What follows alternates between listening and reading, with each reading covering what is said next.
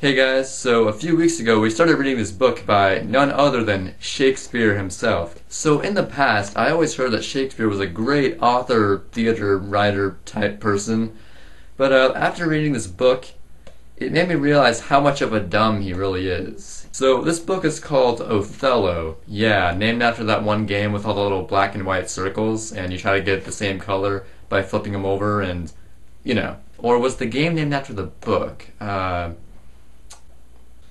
I don't know. Shakespeare is kind of like Dr. Seuss, only Dr. Seuss is actually cool. Both writers involve using some kind of poetry, and Dr. Seuss makes up his own words to do it.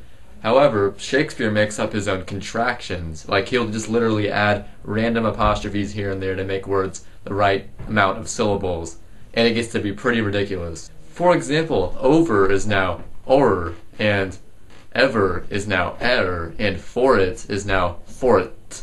Like, are you really too lazy to use one extra syllable and you have to like make these ridiculous contractions just to match the poetry length of the syllable whatever? So here's the front cover and there's the title. This black guy is apparently Othello and he's strangling this albino chick with no coloring. Yeah, I don't know about this book. So, I thought reading this book wouldn't be that bad, but I was wrong, alright?